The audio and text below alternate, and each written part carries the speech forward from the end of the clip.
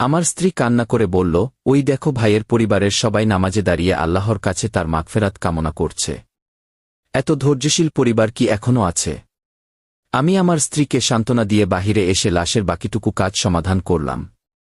রাতের বেলায় হঠাৎই ঘুম ভেঙে গেল কান্নার শব্দে। আস্তে উঠে গিয়ে দেখি ভাবি সাহেবা তার 6 মেয়েকে নিয়ে তাহাজ্জুদ সালাতে কান্না করছে।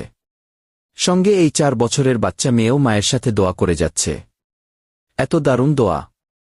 শুনতে শুনতে কখন যে আমার চোখের পানি মাটিতে পড়ছিল তা নিজেও জানি না।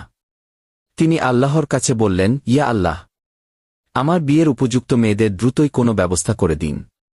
আমি ফজরের সালাতের পরে একটু ঘুমিয়ে পড়লাম।